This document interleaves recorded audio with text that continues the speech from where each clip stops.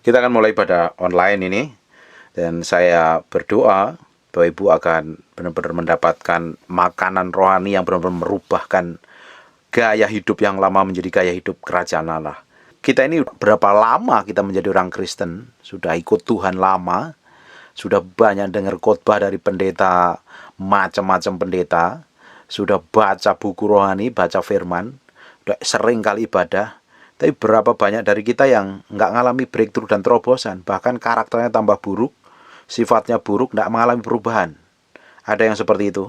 Kalau ada, kita ini udah ibadah sering, berdoa tidak kurang-kurangnya, tapi kelakuan kita buruk, jelek, sikap kita buruk, nggak menjadi contoh, nggak menjadi berkat bagi banyak orang, artinya ada yang salah dengan karakter dan sikap hidup kita. Kita perlu berubah terus ke arah Yesus Kristus Tuhan.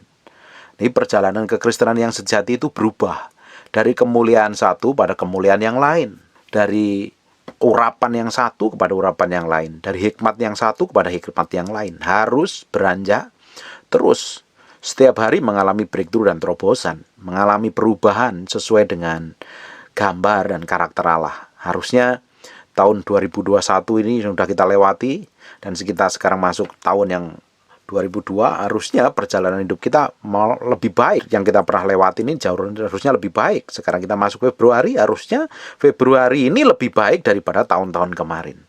Bukan tambah mblesek, bukan tambah kacau, bukan tambah berantakan. Karakter kita pun juga harusnya dari tahun ke tahun berubah, karena kita semakin banyak dengar firman, kita semakin banyak belajar kebenaran, dengerin khotbah, ikut pelayanan, ikut doa. Tapi kalau karakter dan kelakuan kita ini tidak berubah, berarti ada yang salah. Yang salah siapa? Ya keputusan hatimu yang nggak benar. Seringkali kita ini kalau disuruh berubah susah sekali, karena kita udah cenderung pakai kebiasaan yang lama. Dan kebiasaan yang lama yang tidak sesuai dengan kebenaran firman Tuhan itu harus ditanggalkan. Kita pakai kebiasaan baru sesuai dengan kerajaan Allah. Contohnya saja, kalau kita udah terbiasa ya duduk di gereja di sebelah kiri, selama bertahun-tahun ya duduknya di tempat situ sudah tentu. Ketika tempat duduk itu dudukin orang lain, kita rasanya ndak enak. Kok tempatku didudukin? Padahal itu bukan tempat Bapak Ibu. Ketika Bapak Ibu untuk dipaksa berubah, itu susah sekali. Manusia lama kita ini cenderungnya mengikuti kebiasaan yang sudah jalan. Apalagi kebiasaan yang tidak sesuai dengan kebenaran firman Tuhan. Dipaksa untuk berubah itu berat sekali. Makanya kita harus belajar berubah, terus menjadi serupa segambar dengan Tuhan. Kalau kehidupan kita nggak mengalami perubahan, itu artinya ada yang salah. Nah, hari ini perlu bertobat balik kepada kebenaran yang sejati. Karaktermu, kelakuanmu, sikap hidupmu, cara ngomongmu, cara pandangmu, cara melihatmu harus seperti cara pandang Tuhan, seperti kelakuannya Tuhan. Kalau tidak, kekristenan kita ini tidak akan mengalami sesuatu namanya breakthrough dan terobosan. Kekristenan kita akan menjemukan, Kristen kita akan membosankan. Karena dari tahun ke tahun ya hanya seperti itu. Berapa banyak orang hanya melakukan ibadah ke gerejanya ya setiap hari Minggu, setelah itu pulang nggak ngapa-ngapain. Berapa banyak orang menjalani kehidupan kekristenannya hanya monoton. Ya, liturgi agamawi, datang ke gereja atau ibadah online, ibadah sel, ibadah tengah minggu dan lain sebagainya, ya datang puji-pujian, dengar firman, dengar kesaksian, terus pulang, nggak alami apa-apa. Hari-hari biasanya nggak ngalami apa-apa, nggak, ya datar saja. Kalau kehidupan kekristenan kita itu datar saja, berarti ada yang salah loh. Coba dicek, koreksi. Benar nggak kita ini dalam tracknya Tuhan? Benar nggak ini dalam jalur dan kehendak Tuhan? Jangan-jangan kita hanya menjadi orang Kristen yang nggak ngerti apa-apa. Jangan-jangan kekristenan kita itu hanya suam-suam kuku. Bahkan flat, seperti nggak jauh beda dengan orang dunia. Ya hanya sekedar punya agama, ya agama Kristen yang menjalani ibadah saja. Harusnya kita hari demi hari berubah dari kemuliaan satu pada kemuliaan yang lain. Bertolak dari glory from glory. Dari iman kepada iman. Dari kekudusan yang satu pada kekudusan yang lain. Dari tingkat pengertian yang satu akan kebenaran firman Tuhan, beranjak kepada tingkat kebenaran yang penuh. Cara pandang kita berubah, cara berpikir kita berubah. Keputusan kita pun juga berubah seperti yang Tuhan mau. Kalau tidak kekristenanmu sama setiap hari, bahkan lebih cenderung lebih buruk, itu artinya ada yang salah dan perlu bertobat. Bertobat harus. Kalau tidak, dari tahun ke tahun kau nggak akan menjadi orang Kristen yang sama, bahkan malah menjadi batu sandungan bagi banyak orang. Perjalanan kekristenan yang sejati adalah perjalanan setiap hari bersama Tuhan, bergaul dengan Tuhan, mengalami kemenangan bersama Tuhan. Memang di titik tertentu kita itu dibawa memang titik terendah, supaya bukan untuk menghancurkan, tapi untuk kita ini belajar ngerti, belajar rendah hati, belajar bergantung sama Tuhan, belajar ngerti kehendak Tuhan. Memang kita akan tidak selalu dibawa ke dalam tempat yang mulus, tempat yang enak. Di titik tertentu kita akan dibawa ke jalan yang terjal, jalan yang curam, kanan kiri jurang, dan kita harus bergantung sepenuhnya kepada Tuhan. Nggak ada pegangan lain selain Tuhan. Jalannya licin, berbatu, dan terjal. Nah, kita harus nggak ada kekuatan lain, kita hanya bergantung sama Tuhan. Kita kadang sekali perjalanan hidup kita akan dibawa ke titik seperti itu, tapi nggak selalu dibawa ke tempat seperti itu. Ada saatnya kita dibaringkan di padang rumput yang hijau, ada susu dan madu, ada kelimpahan dan lain sebagainya. Karena Tuhan mau kita ini mengalami perubahan terus menjadi serupa segambar dengan Tuhan. Panggilan hidup kita dipanggil untuk menjadi serupa segambar dengan Tuhan. Kalau karakter kelakuan kita ini tidak segambar dan serupa Tuhan, berarti ada yang salah. Tujuan hidupmu itu salah. Jangan-jangan kamu nggak dikendalikan oleh tujuan Tuhan, tapi kamu dikendalikan oleh dirimu sendiri. Nah, kita harus balik kembali, kita selaraskan cara pandang kita, cara pikir kita dengan kebenaran firman Tuhan. Baru kita ngerti kehendak Tuhan yang sejati. Amin? Ngerti? Jelas sampai sini? Halo?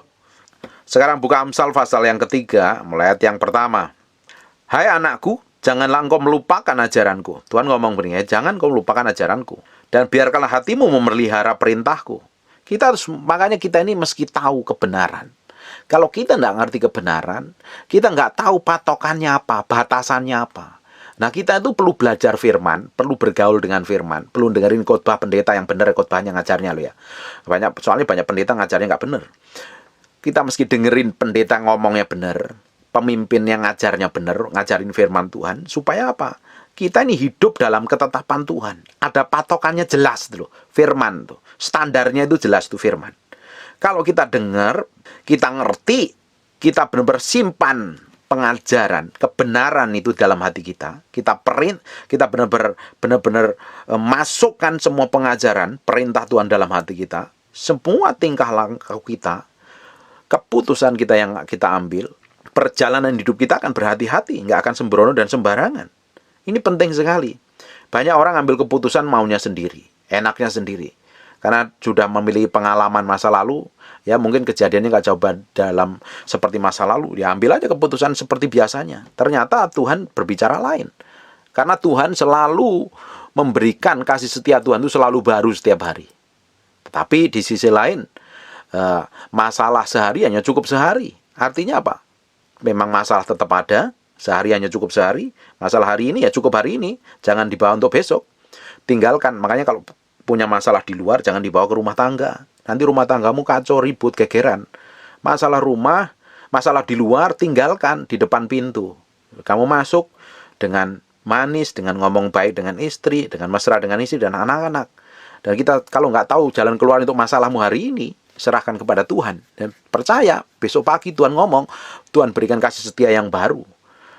Selalu baru setiap hari, besar setiamu Tuhan.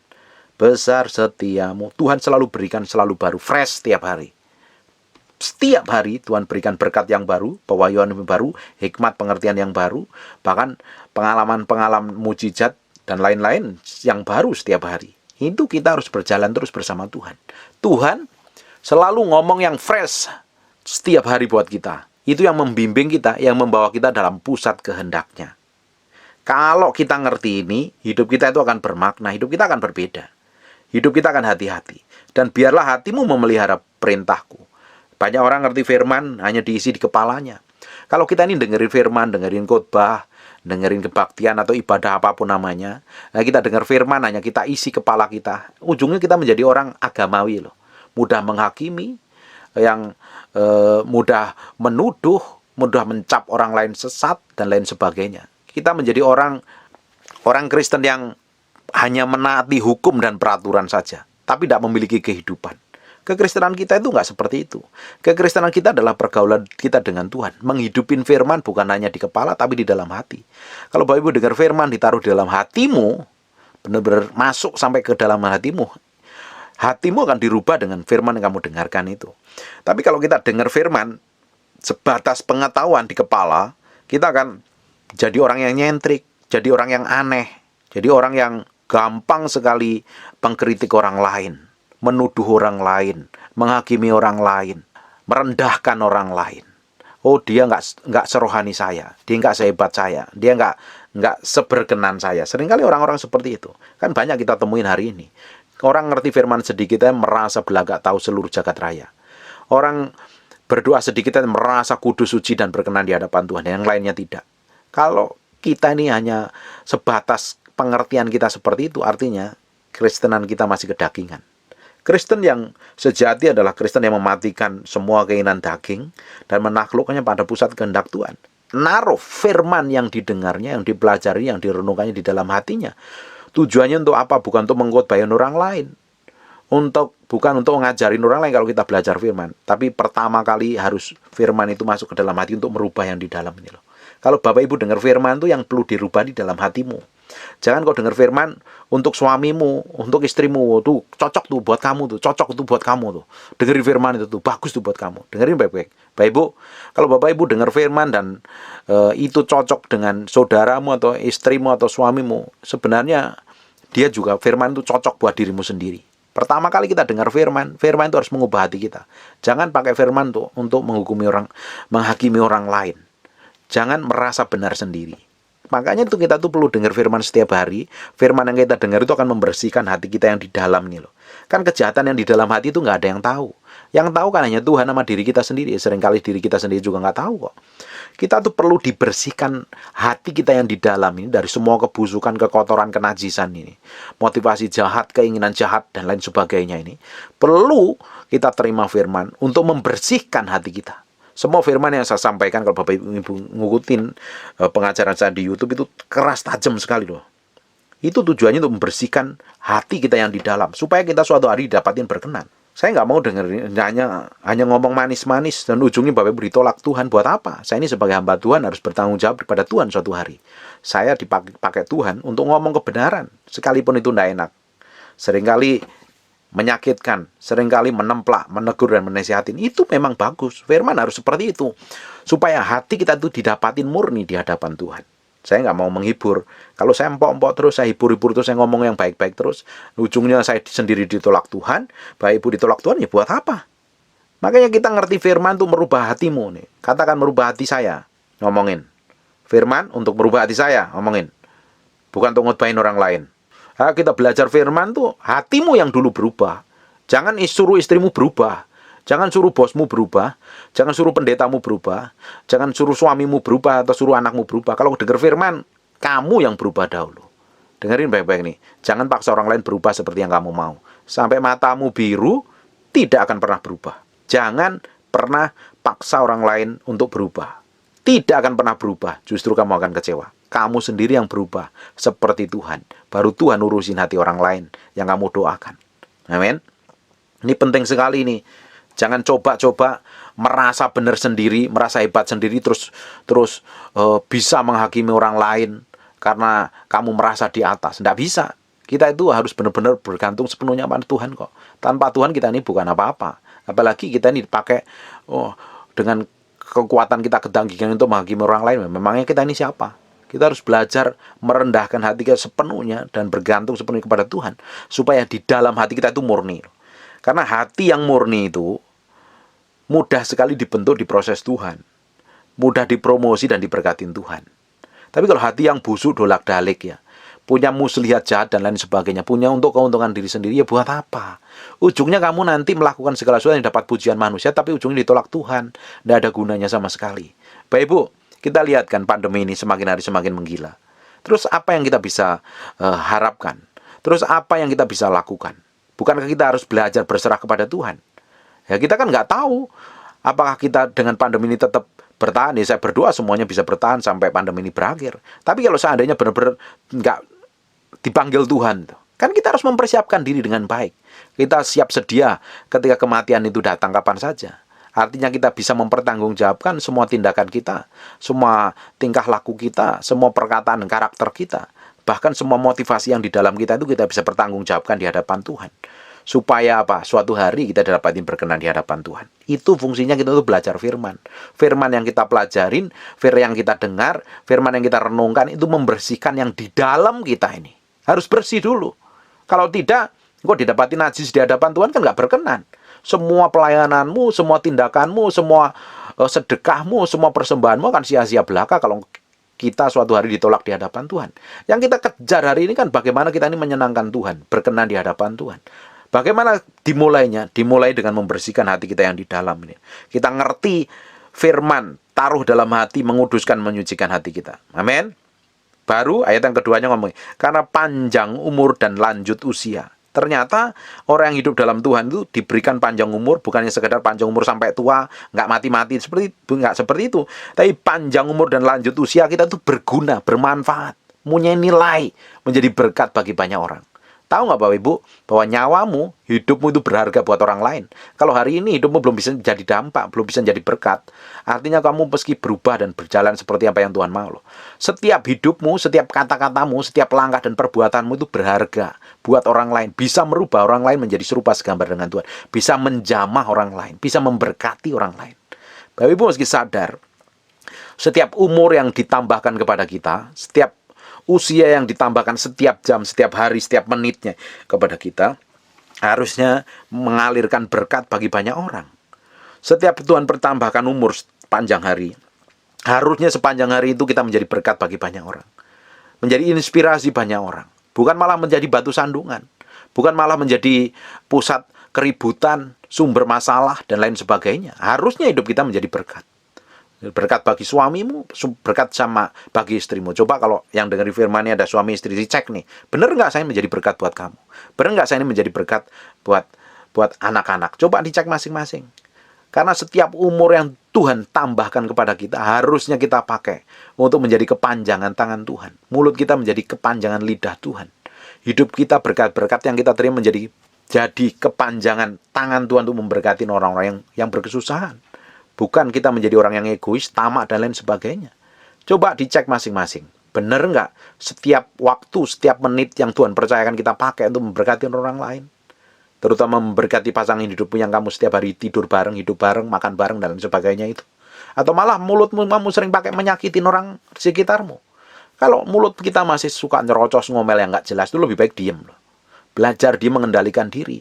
Karena mulutmu dipakai Tuhan bukan untuk nyerocos, ngomel yang nggak jelas, menggerutu yang nggak jelas. Mulutmu dipakai untuk ngomongin kebenaran, membangkitkan orang, merubah orang menjadi serupa segambar dengan Tuhan. Kamu ngomong kebenaran. Ini harusnya kita pakai. Kalau Tuhan tambahkan umur pada hidup kita, artinya hidup kita harus dipakai setiap hari, punya fungsi, punya tujuan Tuhan. Dan nama Tuhan harus dipermuliakan melalui hidup kita. Amin. Ini kasih karunia Tuhan nih. Serta sejahtera akan ditambahkan kepadamu. Tuhan berikan umur yang panjang, menjadi dampak buat banyak orang, menjadi berkat bagi banyak orang. Nggak ada sakit-sakitan. Yang sakit asam urat juga bertobat karena seringkali makannya sembrono. Kita akan diberikan umur panjang menjadi berkat, tapi juga diberikan sejahtera. Artinya kemakmuran, kelimpahan. Sejahtera itu artinya ya cukup bercukupan dalam segala hal. Artinya tenang, artinya damai, sejahtera, nggak ada hutang, artinya sejahtera. Berkecukupan, berkelimpahan. Kalau Bapak Ibu diberkati sampai ini berkelimpahan, sampai hari ini berkelimpahan, ya Tuhan punya maksud dengan tujuan dari berkat yang Tuhan percayakan kepada hidupmu loh. Tuhan punya tujuan itu. Dari setiap berkat yang Tuhan percayakan kepadamu, ada bagian untuk orang-orang yang berkesusahan, untuk orang-orang yang orang-orang miskin, orang-orang yang papa. Kita harus ngerti ini. Jadi hidup kita itu penuh makna. Jadi segala tindakan, perbuatan, apa yang kamu kerjakan, yang kamu lakukan itu harus belajar menyenangkan Tuhan, supaya semakin ditambahkan umurmu. Ketika ditambahkan umurmu, semakin banyak orang diberkati melalui hidupmu. Amin. Amin. Bayangin, setiap hari hidup kita ini memberkati banyak orang. Kalau sepanjang hari hidup kita memberkati banyak orang, semakin hari ditambahkan berapa banyak orang diberkati melalui hidup kita. Makanya hidup itu berharga, bernilai. Harus sampai ke sana. Makanya perlu perubahan. Kalau kekristenan mbak berubah, artinya hidupmu itu akan mentok loh. Pusatnya pada diri sendiri, bukan pada Tuhan. Kalau pusatnya hidup kita adalah Tuhan, hidup kita akan menjadi berharga, menjadi berkat bagi banyak orang. Semakin ditambahkan umurmu, semakin panjang usiamu, semakin banyak orang diberkati. Semakin orang banyak diubahkan Tuhan. Semakin banyak orang dijamah Tuhan. Itu tujuan Tuhan. Kalau sampai titik seperti itu, artinya engkau berjalan dalam kehendak ilahi. Amin. Tuhan percayakan berkat, Tuhan percayakan umur panjang kepada kita. Ayat yang ketiga, jangan kiranya kasih setia meninggalkan engkau. Kalungkanlah itu pada lehermu, tuliskanlah itu pada loh hatimu. Dikalungkan kepada leher kita, supaya kita itu dekat, ngerti, nempel firman, pengertian, kebenaran itu. Dan ditulis dalam hati kita. Makanya firman yang disampaikan dengan urapan itu tembus sampai ke kedalaman hati. Firman rema yang kita renungkan itu nempel ke hati sampai bertahun-tahun tetap ingat. Bapak Ibu, seringkali kan baca firman dan tiba-tiba firman itu lompat, kita dapat rema. Dan sampai kapanpun rema yang berbicara secara pribadi dalam hidupmu tidak akan pernah lupa loh itu. Tetap nempel. Itu seringkali akan merubah yang di dalam hati kita. Itu yang dipakai Tuhan seringkali. Tuhan berbicara dalam hatimu, dan itu menjadi rema yang tertulis dalam loh hati kita. Itu menjadi kekuatan bagi hidup kita. Orang Kristen, setiap orang percaya harusnya sampai ke tempat ini. Dapat rema, belajar firman, dapat rema, bertumbuh dalam Kristus, dan hidupnya diubahkan menjadi serupa, segambar dengan Tuhan. Ayat yang keempat, maka engkau akan mendapatkan kasih dan penghargaan. Ada promosi dalam pandangan Allah serta manusia. Bapak Ibu, kita itu nggak perlu menonjolkan diri, kita nggak perlu mempromosikan diri. Kalau di dalam hatimu ada kebenaran, kalau hidupmu punya karakter berlian, karakter permata, karakter emas, kamu ditempatkan di tengah hutan, di gunung, di tempat-tempat orang rusak, orang nggak kenal, nggak hargain kamu. Karena karakter emas mulia, suatu hari Tuhan akan promosi kamu loh. Apapun yang kamu kerjakan dengan setia, yang kamu lakukan dengan setia, orang lain nggak hargain, pendetamu nggak hargain, gembalamu nggak hargain, tapi kamu tetap lakukan setia. Lakukan setia itu. Kesetiaanmu suatu hari akan dihargain Tuhan dan dipromosi Tuhan.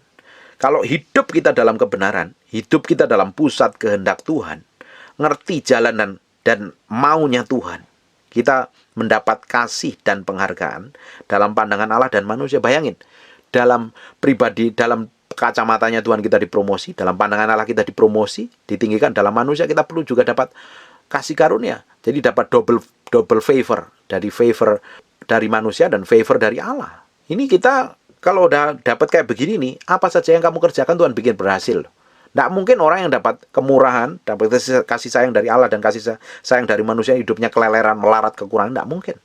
Kamu bekerja, melakukan aktivitas apapun, orang punya belas kasihan, orang punya perkenanan loh. Tuhan tiba-tiba buka bisnis, buka usaha, Tuhan percayakan ini dan itu. Dan apa saja yang kamu kerjakan, Tuhan berkenan. Itu powerful sekali. Ini penting sekali nih. Harusnya orang Kristen mengalami seperti ini. Harusnya setiap orang percaya mengalami seperti ini. Tapi kenyataannya tidak. Karena tidak tahu melakukan bagiannya di hadapan Tuhan. Dia tuntut Tuhan terus-terusan. Tapi yang harus dia lakukan di hadapan Tuhan, dia nggak pernah lakukan. Dia tuntut Tuhan. Tuntut Tuhan. Tuntut Tuhan. Nggak pernah dilakukan. Kewajibannya nggak dilakukan. Ada harusnya kita melakukan bagian yang Tuhan suruh kerjakan bagi kita, dan Tuhan akan melakukan bagiannya dia. Seringkali kita nyuruh Tuhan, tuntut Tuhan, berdoa kepada Tuhan, ngomong, minta sama Tuhan, tapi seringkali bagian kita yang harus kita lakukan nggak kita kerjakan, ya nggak dapat. Ada bagian Allah sudah 2000 tahun selesai, is done finish, tapi ada bagian kita harus kerjakan, menghidupin firman. Hidup dalam ketepatan ilahi, hidup dalam perkenanan Tuhan, bergaul dengan firman, membangun keintiman, punya komitmen berjalan dalam kekudusan setiap hari. Orang kalau hidupnya diperkenan Tuhan, Bapak Ibu, apapun yang kamu kerjakan Tuhan berkati. Kamu jadi marketing, kamu disukain banyak orang, bukanlah penampilanmu cantik dan lain sebagainya, tapi orang melihat Tuhan melalui hidupmu. Kok jadi hamba Tuhan, juga hamba Tuhan dikasihin banyak orang. Engkau jadi pekerja, engkau jadi pegawai pun, bosmu juga akan tiba-tiba penuh kasih karunia, kemurahan. Orang kalau dapat perkenanan dari Allah dan perkenanan manusia, ini pasti sukses dan berhasil. Tidak mungkin tidak.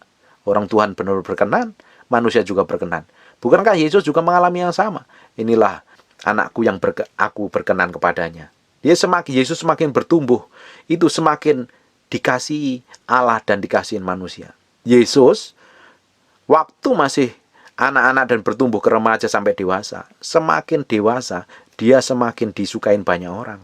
dan Allah pun berkenan kepadanya. Lah kita ini kan diciptakan menjadi serupa, tujuan kita menjadi serupa segambar dengan Yesus, karakter kita. Harusnya apa yang Yesus alami kita alamin. Tapi kenyataannya banyak kita nggak ngalami. Bahkan seringkali hidup kita malah babak belur, kacau dan berantakan. Karena apa? Kamu ambil keputusan yang salah, maumu sendiri, emosimu sendiri, ketamakanmu sendiri, egomu sendiri, pingin dihormatin, dihargai, pingin nonjol di depan umum, dan lain sebagainya. Bukan waktunya. Kalau belum waktunya Tuhan, ya jangan mempromosikan diri. Ada saatnya ketika waktu Tuhan ngangkat, Tuhan mempromosi, tidak ada orang yang lain yang sanggup menghalanginya. Ketika Tuhan memberkati, tidak ada orang yang sanggup menahannya. Kalau Tuhan penuh kasih karunia dan kasih setianya melimpah atas hidup kita, nggak ada orang lain yang sanggup membatalkannya. Ya, seringkali kita ini gagal, kacau dan berantakan. Karena kita ngikutin ketamakan yang di dalam hati kita ini loh. Pingin ini, pingin itu, pingin ini, pingin itu, pingin segalanya dicukupin. Nah, akhirnya kita paksa diri, ujung-ujungnya kita kacau dan berantakan. Seringkali emosi amarah kita, ego kita yang mengendalikan, yang mengontrol dan mengambil alih semua keputusan yang kita ambil. Yang harusnya keputusan itu sesuai dengan kehendak Tuhan, tapi emosi, amarah, perasaan yang nggak benar nih, yang ngontrol dan mengendalikan, mengambil keputusan, ujung-ujungnya kita dapat problem dan masalah. Loh, kita dapat problem dan masalah pun Tuhan masih tolong loh. Karena kesalahan kita dan pelanggaran kita, Tuhan tetap penuh kasih setia, membimbing, menuntun kita loh. Amin. Berapa banyak kita seringkali mengalami kesalahan dan kegagalan, tapi Tuhan tetap baik kan, seringkali tetap tolong, seringkali tetap bikin mujizat. Benar apa enggak? Pernah ngalami kan? Kita ini udah kacau, berantakan, sudah seringkali nyakitin Tuhan, tapi Tuhan tetap baik sama kita. Bayangin, ya hebat nggak Tuhan kita? Kalau kita sering bikin kesalahan saja Tuhan tolong, bayangin kalau Bapak Ibu nih melakukan setiap apa yang Bapak Ibu kerjakan itu berkenan di hadapan Tuhan. Tuhan penuh kasih karunia melimpah apa tidak? Kira-kira. Amin. Kira-kira Tuhan kasih yang berbeda apa tidak? Pastinya. Memang kasih Tuhan itu sama rata, tapi Tuhan seringkali memperlakukan orang itu berbeda. Karena kedekatan, karena keintiman dengan Dia. Kasih Yesus sama, semua rata. Tapi Dia mengasihi orang-orang tertentu. Dia mengasihi Maria. Dia mengasihi. Karena apa? Dia memiliki hubungan kedekatan yang berbeda. Allah seringkali melakukan sesuatu kepada seseorang yang berbeda karena dia melakukan hal berbeda di hadapan Tuhan. Coba perhatikan Elisa, hamba Tuhan yang muncul di permukaan itu. Kenapa kasih karunia Tuhan melimpah buat mereka? Kepada Yosua, kepada Daud, kepada Yusuf, kenapa Tuhan melakukan yang berbeda di antara orang-orangnya? Bukankah Yusuf punya saudara? Tapi kenapa hanya Yusuf saja yang kelihatan berbeda di antara keluarganya? Karena Yusuf melakukan hal berbeda di hadapan Tuhan. Bayangin Bapak Ibu, kalau kita ini melakukan sesuatu yang berbeda di hadapan Tuhan, lebih di atas rata-rata. Bukankah kasih setia dan karunia Tuhan melimpah atas hidup kita? Kalau kita nih sampai ke level itu, apa yang perlu kita takutkan? Apa yang perlu kita khawatirkan? Nggak ada. Orang kita nempel sama Tuhan, kita dekat sama Tuhan kok. Kita nggak takut kematian datang. Hari ini kita berdoa bayangin Tuhan, merem-merem, bayangin mukanya Yesus. Kalau kita mati kan ketemu Yesus. Nggak ada yang perlu ditakutkan kalau orang sampai ke level ini. Tapi kan nggak banyak orang yang sampai ke level ini. Nah, kalau Bapak Ibu dengerin apa yang saya sampaikan ini, harus berubah sampai ke level ini. Amin. Amin. Ayat yang kelima, perhatikan nih. Percayalah kepada Tuhan dengan segenap hatimu, dan janganlah bersandar pada pengertianmu sendiri. Ayo, berapa banyak kita yang benar-benar percaya sama Tuhan? Sungguh-sungguh percaya? Coba kalau kamu terjepit, tertekan itu. Seringkali kamu ambil keputusanmu sendiri kan tanpa tanya Tuhan. Berapa banyak yang kita seringkali ngambil keputusan sendiri dan ujungnya malah jadi trouble dan masalah? Berapa banyak? Karena kita pernah punya pengalaman, kita punya pengetahuan, kita udah merasa pintar, merasa jago, tapi ternyata keputusan yang kita ambil salah. Benar apa enggak? Lalu kita ngambil keputusan salah itu loh. Tuhan tuh masih penuh kasih karunia. Keputusan kita yang kita ambil sendiri salah, kan harusnya tanya Tuhan dulu dong. Kita harus bersandar pada pengertian Tuhan dong. Ketepatan Tuhan, bukan pada pengertian kita sendiri dong. Harusnya kita tanya Tuhan segala sesuatu yang tindakan yang kita ambil, keputusan yang kita ambil, kan tanya Tuhan. Tapi seringkali kan kita nggak tanya Tuhan, kita sembarangan dan sembrono. Terus kalau udah ketemu masalah, kebentur masalah, kita datangnya kepada siapa? Jawab. Kepada siapa? Coba buka itu speakernya. Kita itu punya keputusan. Kita ambil semau kita sendiri. Seenak jidat kita sendiri. Terus tiba-tiba ketemu problem dan masalah. Ketemu problem dan masalah, kita larinya kemana? Terus Tuhan tolong nggak? Ya, harusnya kita malu apa tidak? Nah, bayangin ya, keputusan yang kita ambil, terus kita datang kepada Tuhan, loh kamu kok kadang bermasalah? Kok saya suruh bertanggung jawab? Keputusan yang kita yang ambil sendiri, kena masalah kita suruh Tuhan, minta tolong Tuhan, Tuhan yang bertanggung jawab. Itu kita tuh kadang kurang ajar apa nggak, kalau saya? Hah? Seringkali kita kurang ajar kenapa Tuhan? Ambil keputusan sendiri, lakukan sendiri, kena masalah jerit-jerit sama Tuhan. Tapi Tuhan tuh baik. Hebatnya Tuhan kita tuh baik. Mau tak pelototin ya. Kamu ya, saya bilang. Kamu ambil keputusan sendiri salah, terus kamu kok udah punya masalah datang kepada saya. Yo, kita kadang sekali ada orang punya masalah kan seperti itu kan. Punya anak buah atau punya teman atau siapapun juga ya. Punya masalah berat. Kamu itu ya, kalau diberkati nggak datang kepada saya. Tapi kalau susah datang kepada saya. Berapa banyak seringkali kita ngomong seperti itu. Tapi Tuhan kita nggak seperti itu loh. Ya harusnya kita sebagai orang percaya itu tahu diri, ngerti nggak? Tahu diri di hadapan Tuhan itu loh. Jangan sembrono, jangan sembarangan dong. Ambil keputusan, sikap, perbuatan, apapun yang kita lakukan tuh tanya Tuhan dulu. Minta izin Tuhan, karena hidup kita ini dikendalikan dan dikontrol oleh Tuhan. Harusnya, kan hidupku bukan aku lagi, tapi Kristus di dalam aku. Harusnya Kristus, keputusan Kristus, semua tindakannya Kristus, tujuan Kristus yang kita lakukan. Tapi nyatanya kita kan nggak melakukan seperti itu. Nah, anehnya, kita udah melakukan seperti itu, kita minta Tuhan bertanggung jawab. Itu namanya seringkali kita itu kurang ajar sama Tuhan. Tapi Tuhan itu tetap baik sama kita. Itu hebatnya Tuhan kita. Tetap tarik kita pada pusat kehendaknya. Makanya kalau ngadepin masalah, tekanan ngadepin problem, terus kena masalah, artinya tuh kamu tuh udah salah, jalanmu udah salah. Kamu ditarik pada pusat kehendaknya. Jangan komplain, jangan nangis, jangan jerit-jeritan. Bersyukur, Tuhan terima kasih. Aku tahu engkau sudah tarik aku dalam pusat kehendakmu. Selama ini keputusanku yang aku ambil salah. Ngikutin egoku, ngikutin emosiku, ngikutin ketamakanku. Gak usah gerutu ngomel cari kambing hitam, hijau, kuning, merah. Gak perlu. Koreksi diri. Bayangin Bapak Ibu, kalau kita ini koreksi diri, kira-kira kita itu mau berubah nggak? Cepat berubah nggak? Cepat berubah nggak kalau kita kena masalah, cepat koreksi diri? Halo, buka speakernya. Hah? Tapi kebanyakan kita ngapain kalau kena masalah? Apalagi bersinggolan dengan keluargamu, bersentuhan. Kita biasanya tuding orang lain kan. Gara-gara kamu nih, gara-gara kamu ini. Harusnya kan koreksi diri. Bapak Ibu, coba perhatikan nih. Semua keributanmu, semua salah pahammu itu karena kamu nggak mau koreksi diri. Kamu tuduh orang lain. Salah dan kamu merasa benar kan? Benar apa nggak? Benar apa nggak? Keributanmu, gegeranmu sama orang lain itu loh. Karena kamu nggak mau koreksi diri, kamu malah tuduh orang lain salah. Dan kamu merasa benar sejagat raya. Ujungnya apa? Ribut dan gegeran. Cukup kita koreksi diri dong. Makanya jangan pakai pengertianmu sendiri. Kita harus bersandar pada kekuatan Allah. Kita bergantung sama Tuhan.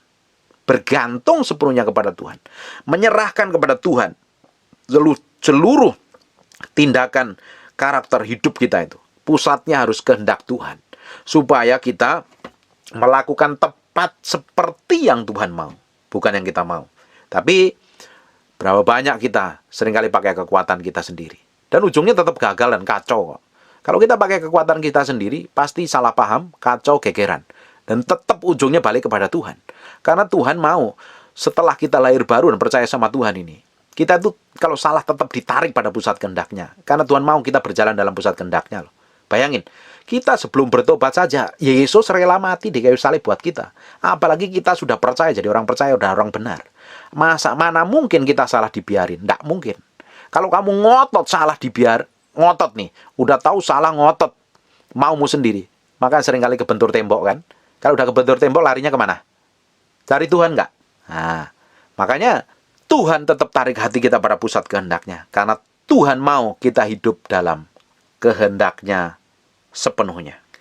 Ayat yang ke-6, akuilah dia dalam segala lakumu. Kita suruh ngakui dia dalam segala laku, maka ia akan meluruskan jalanmu. Dalam segala lakumu, tingkah lakumu. Ya, kita kan setiap hari melakukan aktivitas banyak kan, setiap hari. Tingkah laku kita, perkataan kita, perbuatan kita, setiap hari ini harus kita ngakuin Tuhan. Harus kita libatkan Tuhan dalam setiap tindakan yang kita kerjakan. Bapak Ibu perhatikan baik-baik ini. Kalau semua tindakanmu kamu libatkan Tuhan, hidupmu hati-hati nggak? Penuh kehati-hatian nggak? Nggak mungkin sembrono, nggak mungkin sembarangan. Kamu mau ngomong sekalipun dalam kondisi marah pun kamu nggak akan sembarangan loh. Dalam kondisi geram, pingin meledak sekalipun kamu nggak akan marah loh. Kamu izin Tuhan dulu loh. Boleh Tuhan, marah nggak? Tuhan, aku boleh marah nggak? Karena kita harus ngakuin Tuhan sebagai pemilik hidup kita. Kira akui Tuhan sebagai satu-satunya yang memerintah dalam hidup kita. Mengendalikannya. Tapi seringkali emosi kita yang mengendalikan. Amarah kita yang mengendalikan. Nah, akhirnya apa? Keributan, salah ngerti, dan lain sebagainya. Bayangin, sudah Kristen bertahun-tahun kerjaannya ribut dan gegeran. Gara-gara salah paham. Itu kan namanya Kristen konyol. Terus kepahitan lagi. Bayangin. Bagaimana Tuhan bisa percayakan perkara-perkara ilahi? Bagaimana Tuhan bisa dapatin menjadi mempelai Kristus yang dewasa? Bayangin, kita suatu hari kita akan menjadi mempelai perempuan dan Yesus Kristus sebagai mempelai laki-lakinya. Tidak mungkin Yesus kawin dengan bayi, dengan anak-anak. Dia mau kawin dengan mempelai perempuan yang dewasa, yang pakaiannya tidak bercacat celah, karakternya baik. Orang anak kita aja, kita dulu sendiri sebelum benar-benar diberkati, karena kita pilih pasangan yang benar kan, pasangan yang dewasa, kalau bisa utuh, tidak bercacat celah, sikap perilakunya baik, tindakannya baik. Bukankah Yesus juga pingin yang sama didapatin kita sebagai mempelai perempuan yang sama? Bayangin kalau Yesus kawin sama anak kecil, jadi repot nanti. Makanya tidak mungkin orang yang masih suka gegeran, ribut, kepahitan, sakit hati, dendam, dan lain sebagainya, itu kan masih anak-anak modelnya kayak begitu. Tapi kalau Kristen yang dewasa kan udah bisa mengendalikan diri dengan baik. Saya berdoa suatu hari ada satu generasi tanpa tersinggung, tanpa sakit hati. Ini generasi yang benar-benar mengasihi dan mencintai Tuhan, mati terhadap dirinya sendiri. Saya, kalau Bapak Ibu dengerin khotbah saya di YouTube ya, saya sering kali ngomong tentang pikul salib sangkal diri loh. Kalau kita ini sudah benar real mati, kehidupan kedagingan kita tuh mati. Kamu disenggol, disentuh, disakitin, dituduh, difitnah, kamu akan diam loh. Karena kamu udah mati, nggak bereaksi. Tapi kalau kamu bereaksi, artinya kamu hidup. Orang yang hidup perlu dimatikan. Kita mau mati di dalam Kristus supaya apa? Kuasa Tuhan berkuasa atas kehidupan kita. Amin. Ini kita akuin Tuhan. Semua tindakan kita, ucapan kita, tingkah laku kita akan semakin hari semakin hati-hati. Kita nggak akan sembarangan dan sembrono. Kalau orang melakukan hal seperti itu, Tuhan akan pimpin terus ke dalam pusat kehendak-Nya. Dia akan meluruskan jalanmu. Makanya kalau engkau berbelok, engkau tetap cinta Tuhan, Tuhan akan tarik hatimu kepada Dia. Makanya seringkali Bapak Ibu yang hari ini kebentur tembok kanan kiri, nggak tahu jalan keluar. Mungkin selama ini keputusanmu salah di hadapan Tuhan. Bertobat balik kepada Tuhan. Kadang sudah jauh dari rencananya Tuhan, ditarik lagi kepada pusat kehendak-Nya. Nikmatin saja bersama Tuhan. Tujuannya baik kok. Tuhan yang saya sembah, Tuhan yang kita layani siang dan malam ini, hobinya memberkati. Tapi setan kerjanya bikin kacau berantakan, mencuri, membunuh, dan membinasakan. Tuhan kita yang kita sembah, yang kita layanin, selama hatimu ngejar Tuhan, Tuhan akan tarik hatimu pada pusat kehendak-Nya. Dan apa saja yang dikerjakan tanganmu, kitab Mazmur bilang, akan dibuat berhasil. Katakan amin. 7. Janganlah engkau menganggap dirimu sendiri bijak. Jangan merasa sok pinter, sok hebat. Ini seringkali ini. Seringkali orang itu merasa hebat buat dirinya sendiri. Di awal tadi saya bilang, orang itu seringkali ngerti satu ayat, merasa jadi profesor Alkitab. Bisa pakai ayat itu untuk membenarkan diri, untuk menghakimi orang lain, untuk menuduh orang lain.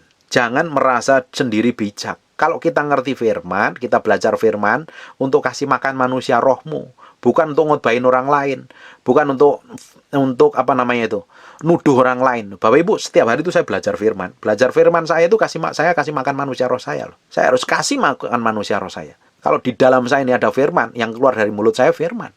Tapi banyak orang ya merasa dirinya kudus, merasa dirinya suci, merasa dirinya benar. Dia seakan-akan punya hak untuk menghakimi orang lain, menilai orang lain, menuduh orang lain.